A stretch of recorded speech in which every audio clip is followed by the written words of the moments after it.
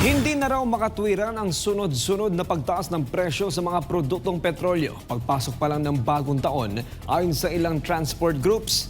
Anila, dapat na raw aprubahan agad ng Land Transportation Franchising and Regulatory Board o LTFRB ang kanilang petisyon na halos 3 taon nang nakabinbin. Si Sheena Torno sa report.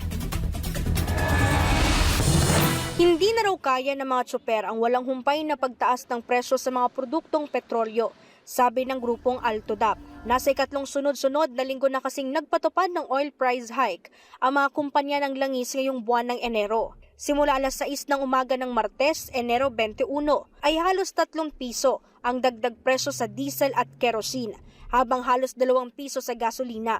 Ang grupong Pasang Mazda, Altodap at Akto, taong 2022 pa naghain ng petisyon sa Land Transportation Franchising and Regulatory Board o LTFRB para hilingin ang piso hanggang 3 pisong taas pasahe sa tradisyonal at modernized jeep. Hindi ito napagbigyan ng ehensya dahil sa unti-unti nang bumaba ang presyo ng mga produktong petrolyo.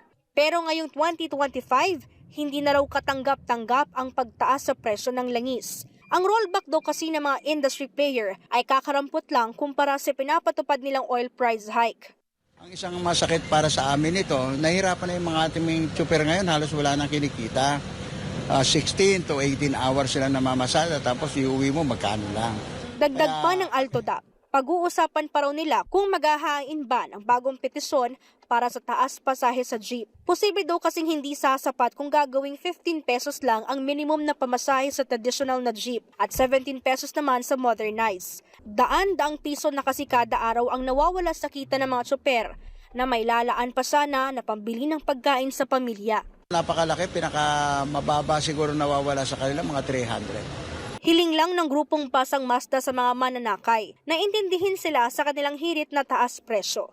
Kailangan nating mapakiusapan at maunawan tayo ng ating mananakay sabagat ito'y pansamantala lamang. Hindi ito permanent na pag provision increase lang to. Kung babalik na sa normal ang price, pwede naman natin i-request sa LTFRB na ibalik tayo sa 15 at saka sa 13 sa traditional jeepney. Bukas ng Huwebes, Enero 23, ay makikipagpulong raw ang mga nabanggit na mga grupo kay LTFRB Chairman Teofilo Guadis III para sa kanilang hiling na taas pasahe. Pero una na ring sinabi ng LTFRB na pinag-aaralan nila ngayon ang petisyong ito. Isinasaalang-alang din kasi ng LTFRB ang posibleng epekto nito sa commuter. Para sa Diyos at sa Pilipinas kong mahal, ito si Sheena Torno, SMNI News.